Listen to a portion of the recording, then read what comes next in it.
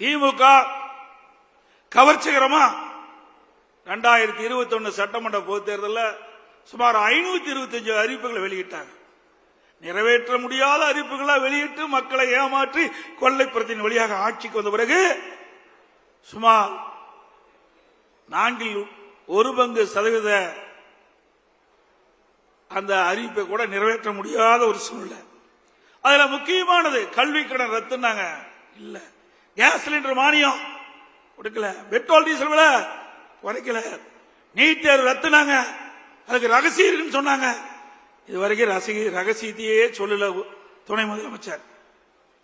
100 நாள் வேலை திட்டம் 150 நாளாக உயர்த்தப்பட்டாங்க, உயர்த்தல, ஏழை மக்களை ஏமாத்திட்டாங்க. அரசு காலி பணியிடங்கள் அரசாங்கத்தில் 3 லட்சம், அரசு சார்ந்த நிறுவனத்தில் 2 லட்சம், மொத்தம் 5 லட்சம் காலி பணியிடங்கள் நிரப்புனாங்க. இது வரைக்கும் நிரப்பல.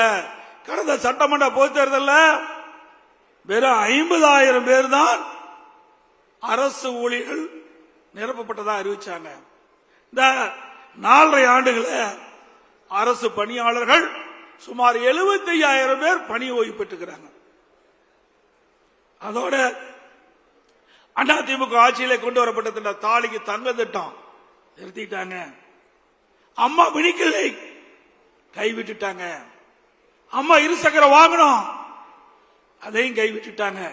இப்படி மக்களுக்கு நன்மை பயக்கக்கூடிய அதிமுக ஆட்சியில போடப்பட்ட திட்டங்களை எல்லாம் நிறுத்திய அதுதான் திமுக ஆட்சியுடைய சாதனை.